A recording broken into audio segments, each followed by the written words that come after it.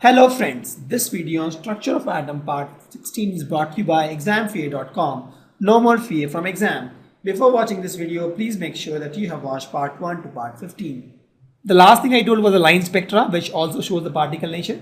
Line spectra, as we discussed, the way it works is you take any gas or any metal, you excite it, heat it. Whatever rays come out, that is electromagnetic rays, comes out, you pass that through prism and you see these kind of spectrum where you have these kind of lines, and that clearly says that these guys are, the electromagnetic rays has some particle nature. Correct? Same thing here. To produce the electromagnetic spectrum, we supply the energy to a sample by heating it, and then a radiation is emitted, and then we observe this radiation using prism. So the conclusion we have is light has a dual nature, dual behavior. If you see, it behaves like a wave also, it behaves like a particle also, right? Where it behaves like a ball where it bounces back. Correct? Also, microscopic particles such as electrons also behave wave particle duality. The electrons also have dual nature. Electrons also have dual nature. And this is something which will help us in forming the quantum model. Please remember, electron also have dual nature.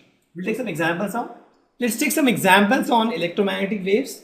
First, we have to calculate the energy of 1 mole of photon whose frequency is 5 into 10 to the power 14 Hertz. So we have frequency given, this is the frequency, and we have to find the energy of 1 mole. Energy of one molecule is, we know that, how much? We have the formula h mu. This is for one molecule, right? So let's put the values here. What is the value of h? H is Planck, this constant 6.626 into 10 to the power minus 34 joule second into frequency is 5 into 10 to the power minus to the power plus 14 hertz, that is nothing but per second. So if you multiply, you get value as 3.313 into 10 to the power minus 90 joule. So this is my energy of one molecule. I want to find energy of 1 mole. So energy of 1 mole is nothing but 1 mole has, we know that, 6.023 into 10 to the power 23 molecules. So this into energy of 1 molecule. I hope you understand this formula. Energy of 1 mole is nothing but energy, this number, because this number is nothing but 1 mole has this many molecules, into energy of 1 molecules. Energy of 1 molecules we have already found. We'll just put the value 6.023 into 10 to the power 23 into 3.313 into 10 to the power minus 90, and the whole thing will become joules, right, per mole actually, because this is 1 mole. So if you solve this, you get 199.51 kilojoule per, and that is my answer. Let's take one example. A bulb of 100 watt emits monochromatic light of wavelength 400 nanometer. You have to calculate the number of photons emitted per second by the bulb. So we have 100 watt bulb that emits light of this wavelength. We define the number of photons emitted by bulb per second. So when you say 100 watt, this I say power is 100 watt. This means what? That means 100 joules per second is my power. Correct? So in 1 second, this much energy is given from the bulb. Now this much energy is coming from some n photons, right? And each photon will give some energy, and the energy will be h mu or hc by lambda, because we have given lambda. See, this is the whole power of the bulb, power of bulb.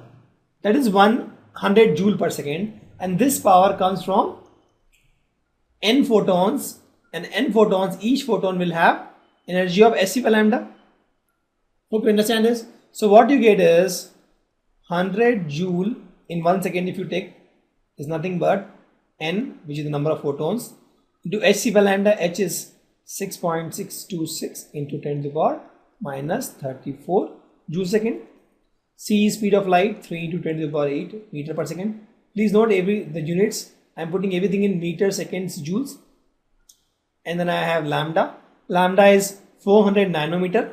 So I'll convert this into meter. So 1 nanometer is equal to 1 nanometer is equal to Nm is equal to 10 to the power 9 meter. So I'll say 400 nanometer is nothing but 400 into 10 to the power minus 9 meter.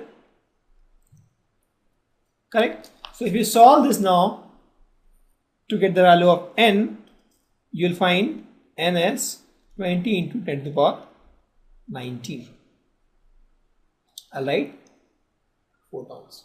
And since we're doing for per second, these are this many photons will be per second emitted. Okay, these are my photons emitted. Hope you understand this. What we have done, we had a bulb whose power was 100 watt, it is 100 joule per second, and the whole energy was coming from some n number of photons. Each photon has energy hc by lambda. So we found the number of. Thank you. Visit examfear.com to watch free educational videos, try free online tests, get the best quality study materials, study from the best tutors and mentors, and much more. Thanks once again.